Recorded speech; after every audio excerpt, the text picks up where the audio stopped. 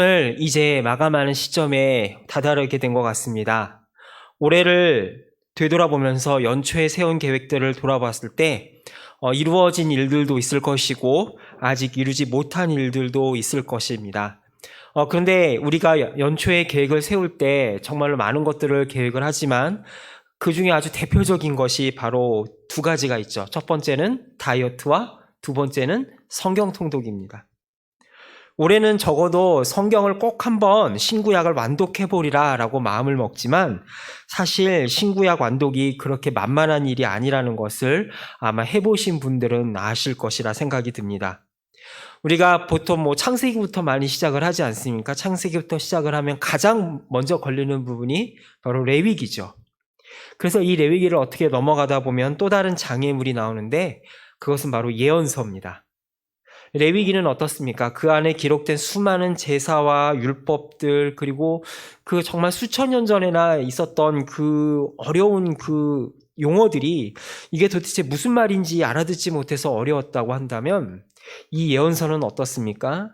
예언서는 한 장 한 장 넘길 때마다 정말로 넘기기가 불편할 정도로 온갖 하나님의 심판과 저주와 또 징계와 꾸지람으로 가득한 책이 구약의 예언서입니다.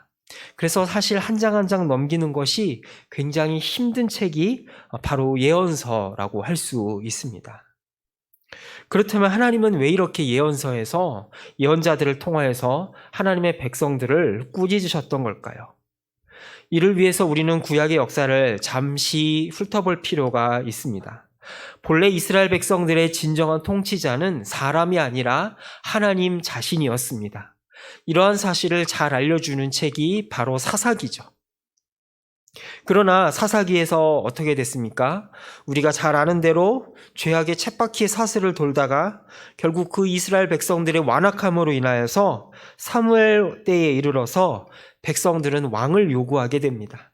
그리고 하나님은 어쩔 수 없이 그들에게 인간의 왕을 허락하시게 되지요. 왕이라는 말을 우리가 한자로 보면은 여러분들 왕자 다 아시겠지만은 이런 모습을 띠고 있지요. 말 그대로 하늘과 땅의 중간에 서서 하늘의 뜻을 이 땅에 구현하는 존재가 바로 이스라엘의 왕이라고 하는 존재였습니다. 그래서 예수님에서도 주기도에서도 이렇게 기도하시죠. 뜻이 하늘에서 이루어진 것 같이 땅에서도 이루어지게 하소서라고 기도하는데 그 기도의 내용을 이루어드리는 존재가 바로 하나님이 세우신 왕이라고 하는 존재입니다. 이러한 왕의 역할을 온전하게 수행한 모델로서 성경은 다윗을 들고 있죠. 다윗 역시 많은 약점과 연약함이 있었지만 그럼에도 불구하고 하나님의 뜻을 이 땅 가운데 수행하고자 하는, 이루고자 하는 그 순전한 마음 한 가지 때문에 다윗은 하나님으로부터 내 마음에 합한 자다라는 칭찬을 듣게 됩니다. 그런데 그 다윗의 길을 이어받은 이스라엘의 왕들은 어떻습니까? 시간이 가면 갈수록 다윗의 길이 아니라 실패한 사울 왕의 길을 걸어가게 됩니다. 하나님의 뜻을 이루는 것이 아니라 세상 주변 나라와의 야합을 통해서 권력에 집착을 하고 하나님의 뜻을 이 땅에 이루어가는데 번번이 실패하는 모습을 보이게 됩니다. 그래서 하나님께서는 당신의 뜻을 이 세상에 알리시고 이 왜곡된 왕권을 회복시키고 또 그들을 견제하기 위해서 또 다른 하나님의 종들을 세우시는데 그들이 바로 성경에 나타난 예언자, 선지자들이라고 하는 사람이었습니다.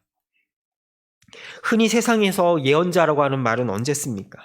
예언자들은 흔히 앞날을 점치는 점쟁이 정도로 이해되곤 합니다.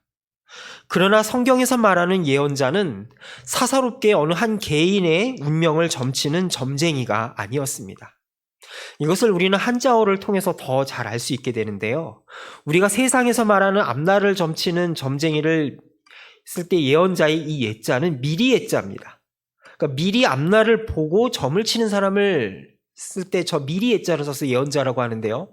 성경에서 말하는 예언자의 예자는 그 예자가 아니라 우리가 은행에 예금을 예탁한다, 예금한다, 저축한다 할 때 예자를 씁니다. 다시 말해서 성경의 예언자들은 앞날을 보는 점쟁이가 아니라 하나님의 말씀을 맡은 사람이라고 하는 뜻입니다. 다른 모든 사람들을 대신해서 하나님의 뜻을 대리해서 하나님의 말씀을 맡아서 그 말씀을 전하는 사람이 구약의 예언자들이고 선지자들이었던 것입니다. 따라서 이들은 앞날의 심판이나 복을 선언할 때에 자기 마음대로 한 것이 아니라 철저하게 구약의 모세오경을 잣대로 삼아서 하나님의 말씀을 전하던 사람들이 바로 구약의 예언자들이요 선지자들이었습니다. 이렇게 타락한 왕을 견제하고 하나님의 말씀을 전하라고 부름을 받은 예언자들은 정말로 다양한 배경과 시대에 걸쳐서 활동하였습니다. 이사야와 같이 왕족이나 제사장 출신의 예언자도 있었던 반면에 에스겔과 같이 포로로 끌려가던 도중에 하나님의 부름을 받아서 예언을 하던 사람도 있었습니다. 또한 오늘 우리가 함께 읽은 이 아모스와 같이 종교적인 어떤 전문적인 종교적인 직업과는 아무런 상관이 없는, 오늘날로 말하면 어떠한 신학교육도 받지 않은 평신도가 하나님의 부름을 받아서 말씀을 전했던 선지자가 바로 아모스였습니다. 아모스 7장을 보면 아모스가 이 당시에 북이스라엘의 타락한 제사장인 아마샤와 대결을 벌이면서 자신을 이렇게 소개를 하는데요. 아모스 7장 14절 15절에서 그는 자신에 대해서 이렇게 소개합니다. 나는 선지자가 아니며 선지자의 아들도 아니라 나는 목자여 뽕나무를 재배하는 자로서 양떼를 따를 때에 여호와께서 나를 데려다가 여호와께서 내게 이르시기를 가서 내 백성 이스라엘에게 예언하라 하셨다라고 자신에 대해서 소개하고 자신의 부름에 대해서 밝히고 있는 것을 보게 됩니다. 우리가 구약의 열왕기하 4장을 보게 되면 이 엘리사 예언자가 나오죠. 이 엘리사 예언자가 일종의 선지 학교를 만들게 됩니다. 기존의 타락한 제사장을, 성전의 제사장들을 대신해서 하나님의 말씀을 선지 학교를 만들게 되는데요. 일종의 제야의 신학교를 만든 것이죠. 그런데 이 아모스는 그마저도 소속되지 않은 채 그 드고아라고, 남유다의 드고아라고 하는 한 마을에 뽕나무를 재배하던 사업가였습니다. 오늘날로 말하는 사업가와 같은 자였습니다. 게다가 이 아모스는 남유다 출신이었는데요. 그가 태어나고 자란 남유다를 배경으로 예언 활동을 한 것이 아니라 북이스라엘을 대상으로 하나님의 말씀을 전하도록 부름을 받았다라는 것입니다. 자, 이렇게 그 당시에는 성전도 있었고 제사장도 있었고요. 또 그 제사장이 제 역할을 못할 때는 엘리사와 같은 선지 학교가 있었음에도 불구하고 그런 기존의 종교인들을 다 내버려 두고 이런 제야의 사업가에 불과했던 아모스를 하나님이 뽑으셔서 말씀을 전하게 한 이유는 무엇이었을까요? 그것은 그만큼 남유다와 북이스라엘의 성전과 종교 시스템이 마치 녹슨 수도관과 같이 부패해서 하나님의 뜻을 온전히 전하지 못했기 때문입니다. 수도관을 틀면 어떻습니까? 수도관을 틀면 맑은 물이 나와야 되는데 그 당시에 북이스라엘과 남유다의 이 종교의 수도관을 틀면 맑은 물이 나오는 것이 아니라 시뻘겋게 녹슨 녹물이 나왔다라는 것이에요. 그래서 하나님은 더 이상 그런 녹슨 수도관을 사용할 수 없어서 아모스라고 하는 뽕나무 사업가를 뽑으셨던 것입니다. 그가 고발한 이스라엘 백성들의 죄악은 무엇이었을까요? 그가 고발한 이스라엘의 첫 번째 죄악은 다른 모든 예언자들과 마찬가지로 이스라엘 백성들의 영적 타락이었습니다. 북이스라엘을 창시한 여로보암 왕은 남유다에 비해서 땅도 크고 경제력도 풍부하고 12지파 중에 10지파가 무려 북이스라엘로 빠져나갔습니다. 그런데 유일하게 가지지 못한 치명적인 핸디캡이 있었으니 그것은 바로 성전이 남유다의 예루살렘에 있었다는 것이죠. 그러니까 사람들이 다 제사를 하려면 어디로 가느냐? 남유다의 예루살렘으로 가는 겁니다. 그래서 이 여로보암 왕은 한 가지 꾀를 냈는데 그것은 뭐냐? 바로 베델에다가 송아지를 세워놓고 이것이 바로 너희를 애굽 땅에서 구원한 여호와 하나님이다 라며 우상 숭배를 조장을 하게 되었습니다. 그리고 그것이 북이스라엘이 멸망하기까지 북이스라엘 역사 내내 그들의 정체성이 되어버리고 말았습니다. 그리고 그 뒤에 나온 아합 왕이라고 하는 아주 부패한 악독한 왕이 있는데 그 왕의 부인이었던 이 이세벨은 아주 열렬한 바알 전도사라고 할 만큼 이 바알 신앙이 아주 열렬한 전도사였습니다. 그래서 이 북이스라엘 전체가 우상 숭배에 물들게 되는 그런 결과를 낳게 되고 말았습니다. 이러한 영적 흐름은 아모스 시대 때에도 이어지게 되었는데요. 이러한 우상 숭배에 대해서 아모스 5장 25절 26절에서 그는 백성들의 우상 숭배를 이렇게 규탄합니다. 이스라엘 족속아, 너희가 40년 동안 광야에서 희생과 소제물을 내게 드렸느냐? 너희가 너희 왕 식굿과 너희 우상 기운 곧 너희가 너희를 위하여 만들던 신으로 삼은 별 형상을 지고 가리라 라며 꾸짖고 있습니다. 식굿과 기운은 당시 아시리아 제국에서 섬기던 별들의 신인데요. 우리나라로 말하면 칠성신 같은 것이죠. 북두칠성을 섬기던 그런 신과 비슷한 신인데요. 바로 이런 이방 민족의 영향을 받아서 이스라엘 백성들도 이런 우상 숭배에 물들게 되었던 것입니다. 우리가 구약 성경을 보면 이스라엘 백성들이 아주 습관적으로 우상 숭배에 빠져들어가는 것을 보게 되는데요. 그들은 왜 이렇게 습관적으로 우상을 섬겼던 걸까요? 그 우상들은 그 우상에게 제사를 잘 드리고 정성을 바치면 그 우상을 섬기는 자들의 간절한 소원을 이루어주는 요술방망이요 진이의 램프 같은 존재로 여겨졌기 때문입니다. 한마디로 말해서 그 우상과 우상의 제사장들이 그 이스라엘 백성들의 가려운 것을 너무나 잘 긁어주었기 때문이에요. 그들이 원하는 것, 그들이 듣고 싶은 말, 그들이 무엇을 필요로 하는지 너무나 잘 맞춤형으로 긁어주었기 때문에 그들은 쉽게 우상 숭배에 빠져버리고 말았던 것입니다. 그에 비해서 이스라엘의 하나님은 어떠합니까? 하나님은 정말로 재미없고 멋대가리 없는 하나님이셨어요.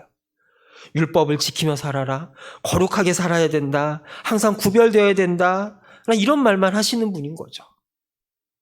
내 소원, 내 만족, 내가 지금 무엇을 원하는지에는 하나님은 별로 관심이 없고 그저 딱딱한 말씀만 전하는 신이 바로 여호와 하나님이셨던 겁니다. 그에 비해서 우상은 어떻습니까? 우상은 대부분의 우상 숭배들을 보면 어떻습니까? 무엇의 신, 하여튼 재물의 신, 번영의 신, 종류별로 다 나누어져 있죠. 그러니까 내가 원하는 거, 내가 갈급해하는 거를 너무나 잘 긁어주는 게 우상들이었던 거예요. 그런데 여호와 하나님은 조상 대대로 섬겨오던 신이기 때문에 차마 외면할 수는 없었던 것이죠. 그러다 보니 이 우상 숭배가 하나님 섬기는 신앙에까지 흘러들어오게 되고 말았습니다. 우상 숭배의 메커니즘을 딱 한마디로 표현을 하자면 뭐냐? 지성이면 감천이라고 하는 말을 표현할 수 있습니다. 우상에게 정성을 크게 바치면 바칠수록 어떻습니까? 그 우상도 크게 감동을 해서 그 사람의 소원을 잘 들어준다라는 것이 그 우상 숭배의 아주 대표적인 메커니즘 아니겠습니까? 그러니까 내 소원을 반드시 이루려면 어떻게 해야 됩니까?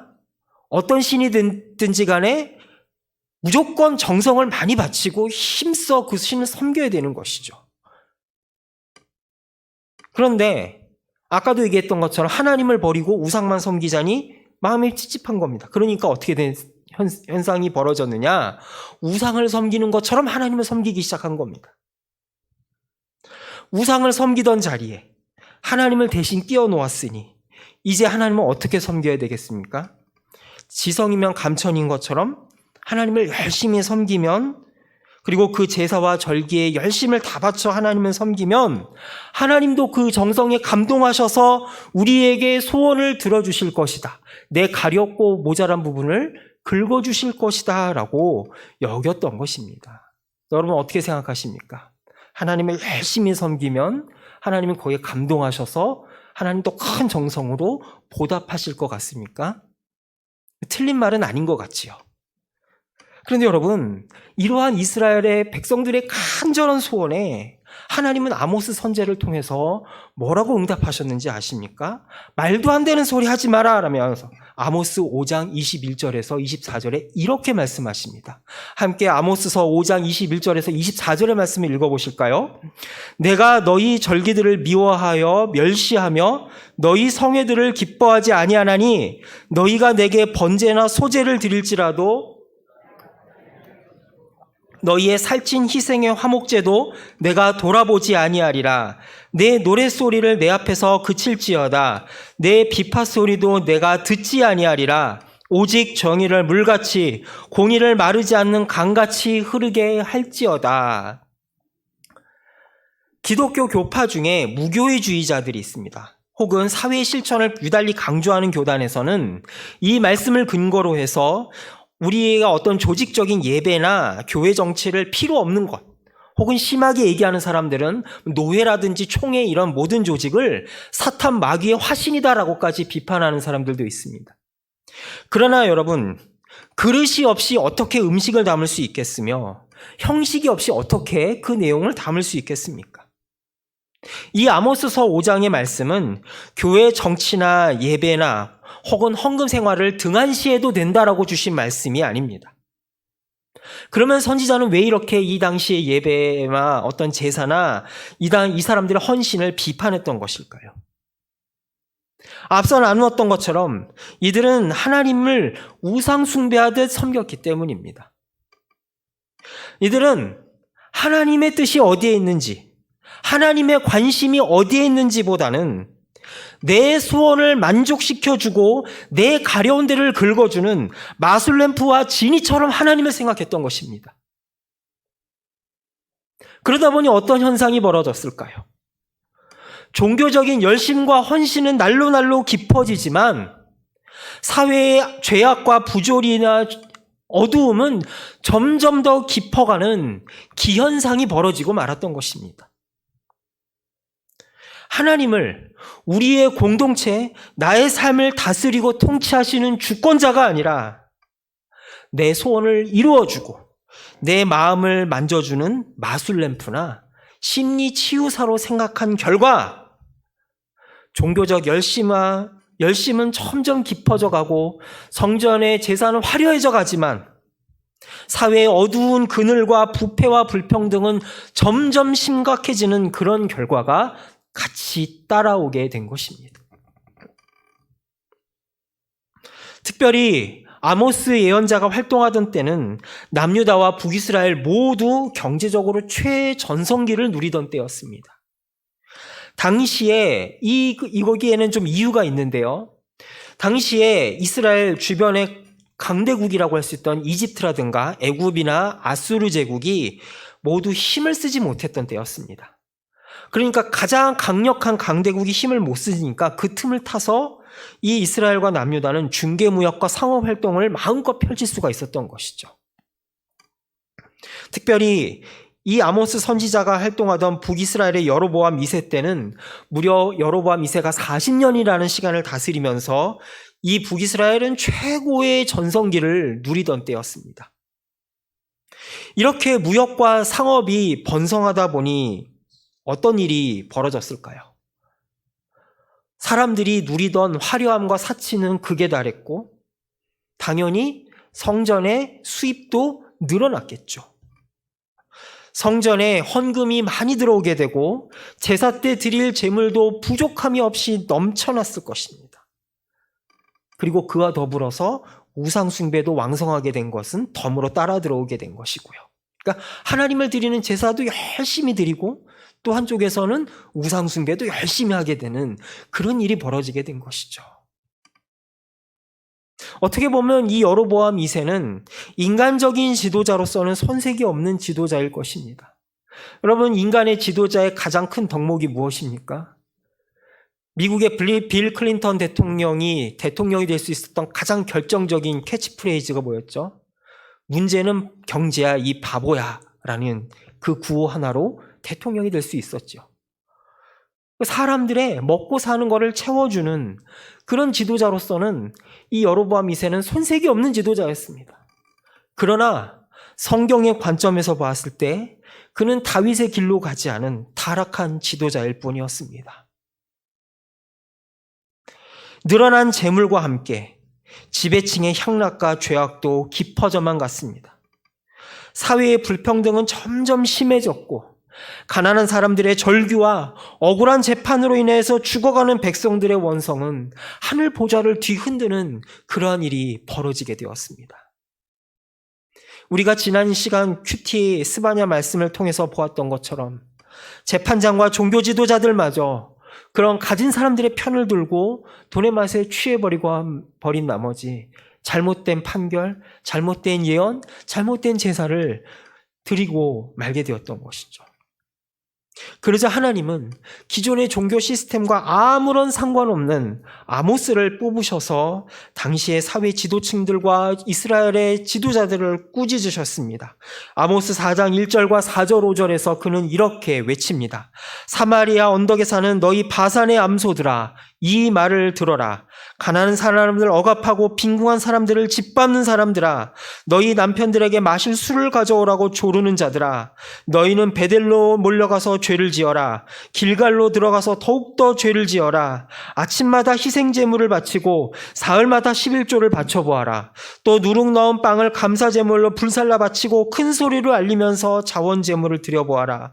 이스라엘 자손아, 바로 이런 것들이 너희가 좋아하는 것이 아니냐, 주 하나님이 하신 말씀이다 라며 당시에 이스라엘의 모든 지도자들을 꾸짖고 있습니다.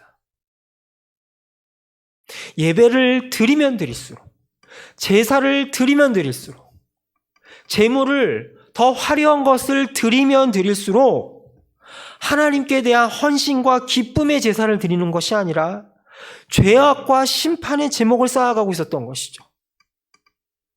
그래서 하나님은 너희들 그런 제사를 드릴 바에는 차라리 나한테 와서 제물 바치지 말고 너희 소원을 이루어주는 너희들의 우상에게 가서 가라고 제물을 드리라고 재촉하고 있는 것입니다. 여러분, 이러한 하나님의 절규가 오늘날이라고 해서 예외라고 할 수 있을까요? 신약의 복음서에서 예수님은 구약의 율법을 두 가지로 요약하셨습니다. 마음과 뜻을 다하여 하나님을 사랑하며 내 이웃을 내 몸과 같이 사랑하는 것.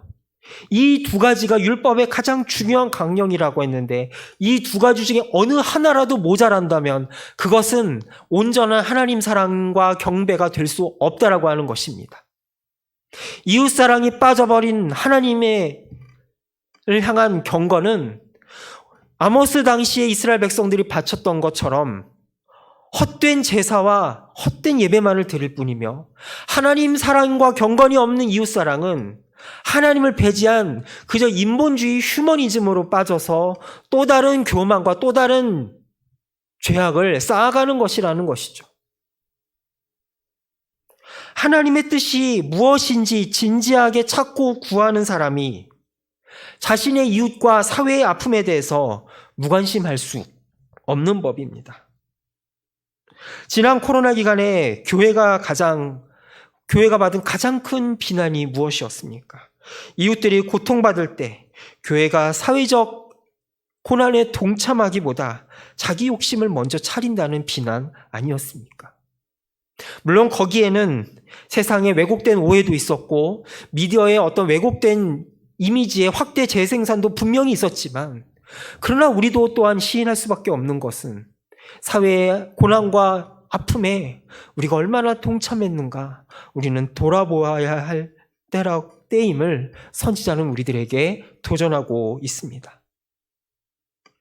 이러한 선지자의 외침에 대해서 이스라엘 백성들은 겸허함과 회개로 하나님 앞에 응답하기보다는 그래도 우리가 하나님의 선택한 백성들인데 우리가 어떻게 저런 이방인들과 똑같이 멸망당할 수 있겠느냐라면서 헛된 위안을 품었습니다. 그런데 이런 헛된 위안을 푸는 이들에게 하나님은 결정타를 날리시는데요. 아모스서 9장 7절에 선지자는 이렇게 외칩니다. 이스라엘 자손아, 나에게는 너희가 에디오피아 사람들과 똑같다. 나 주가 하는 말이다. 내가 이스라엘을 이집트 땅에서 블레셋 족속을 갑돌에서 시리아 족속을 기르에서 이끌어내지 않았느냐라며 되묻고 있습니다. 여러분, 이게 무슨 말입니까?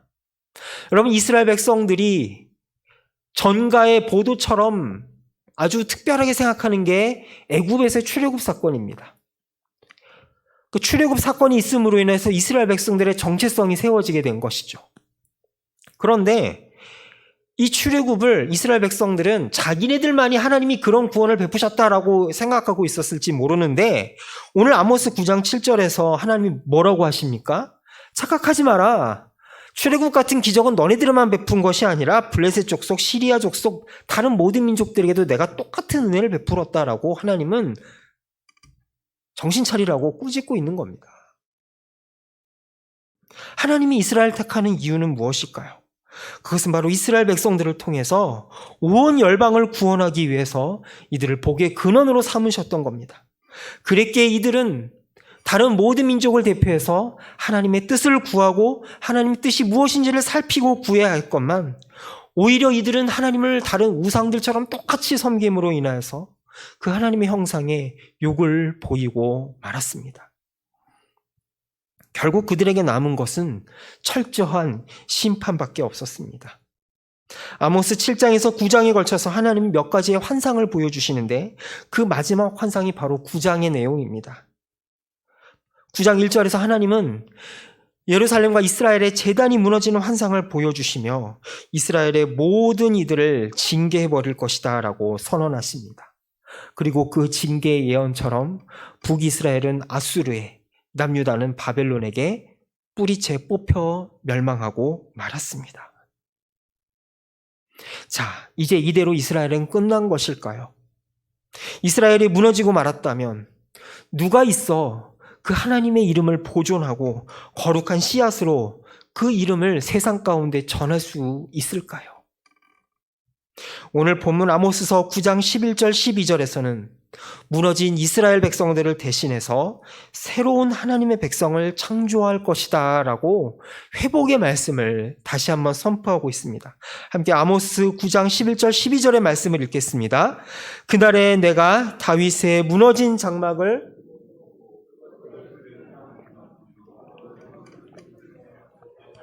세우고 그들인 에돔의 남은 자와 내 이름으로 일컫는 만국을 기업으로 얻게 하리라. 이 일을 행하시는 여호와의 말씀이니라. 아멘. 부패해서 결국엔 이렇게 무너질 수밖에 없는 옛 언약의 실체인 이스라엘과 유다를 대신해서 하나님께서는 새로운 언약 백성을 창조하겠다고 말씀하십니다. 인간왕들은 이렇게 다윗의 길을 가는데 실패하고 말았지만 하나님이 친히 세우실 지도자는 이 모든 무너진 것을 다 막을 것이라고 선언하십니다. 이 새로운 다윗의 장막은 어떻게 성취되었을까요? 어떤 왜곡된 종말론을 주장하는 분들은 1948년에 지금의 이스라엘이 세워진 것을 가리켜서 아모스가 선포한 다윗의 장막이 이때 1948년에 회복되었다라고 주장하는 이들도 있습니다. 실제로 이스라엘을 건국한 벤 구리온이라고 하는 총리는 이 아모스서 9장 11절의 말씀을 읽으며 다윗의 장막이 지금 이 팔레스타인 땅에 새로 세워졌다라고 주장하기도 했습니다. 그러나 여러분, 지금 그 결과가 어떻게 나타나고 있습니까? 우리가 뉴스에서 보는 것처럼 지금 보고 있는 끔찍한 전쟁의 결말을 우리가 보고 있지 않습니까? 여러분, 이 말씀은 지나간 옛 이스라엘의 복제품을 만들겠다고 선언하는 말씀이 아닙니다. 하나님이 선언하시는 이 새로운 다윗의 장막은 바로 다윗의 후손으로 오신 예수님이 오심으로 인하여서 이미 이루어졌기 때문입니다. 그 근거를 12절의 말씀에서 주님은 이렇게 말씀하시는데요. 에돔의 남은 자와 내 이름으로 일컫는 만국을 기업으로 얻게 할 것이다 라고 말씀하십니다. 여러분, 에돔이 어떠한 민족입니까?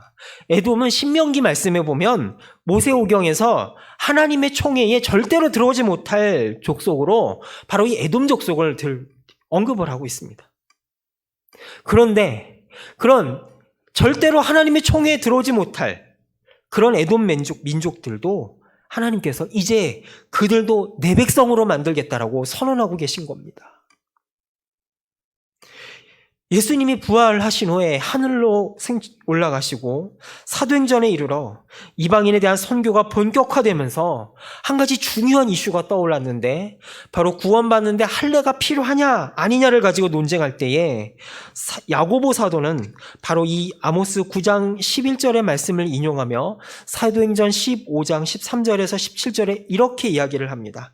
말을 마침에 야고보가 대답하여 이르되, 형제들아 내 말을 들으라.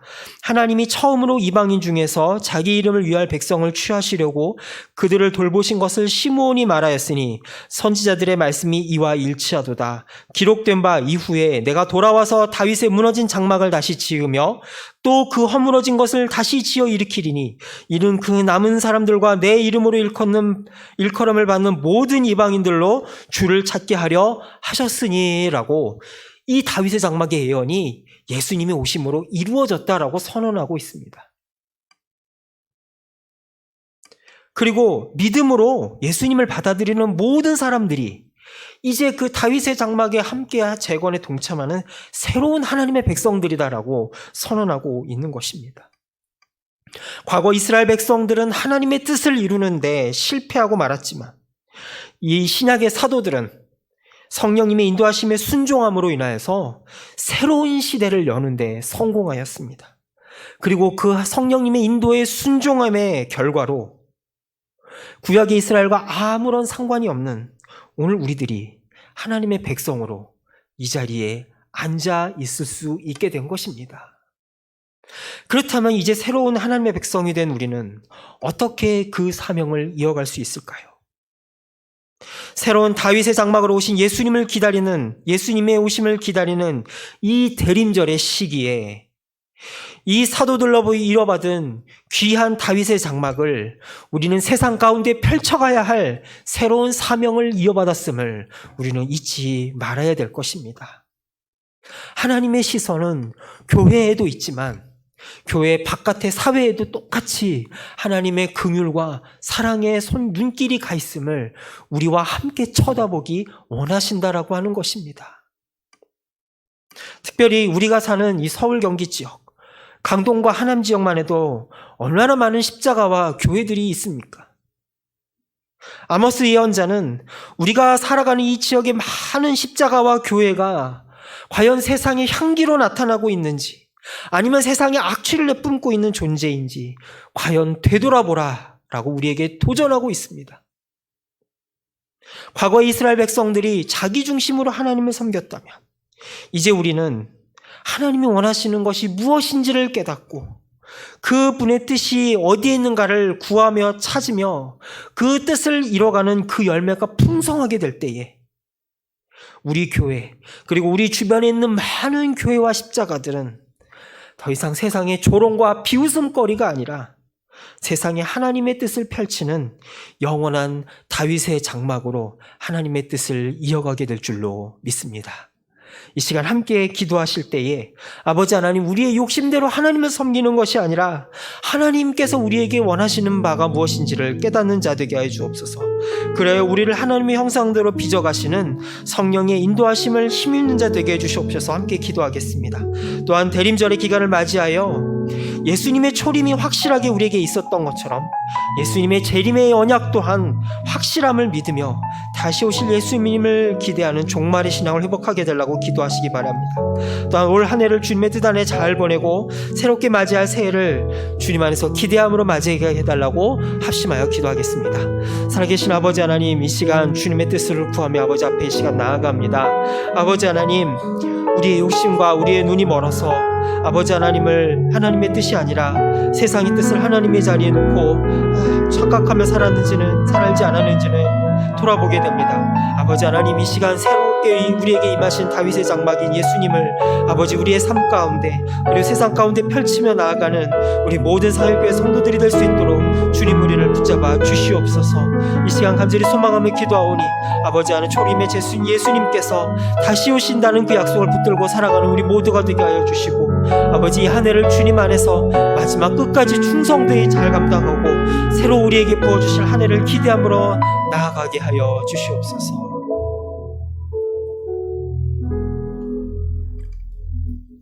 새로운 다윗의 장막이 되어 이 땅 가운데 오신 주님, 주님께서 이 땅에 오심으로 우리의 모든 연약함을 거두어 주시고 새로운 하나님의 나라가 시작되었음을 고백하며 주님 앞에 나아갑니다.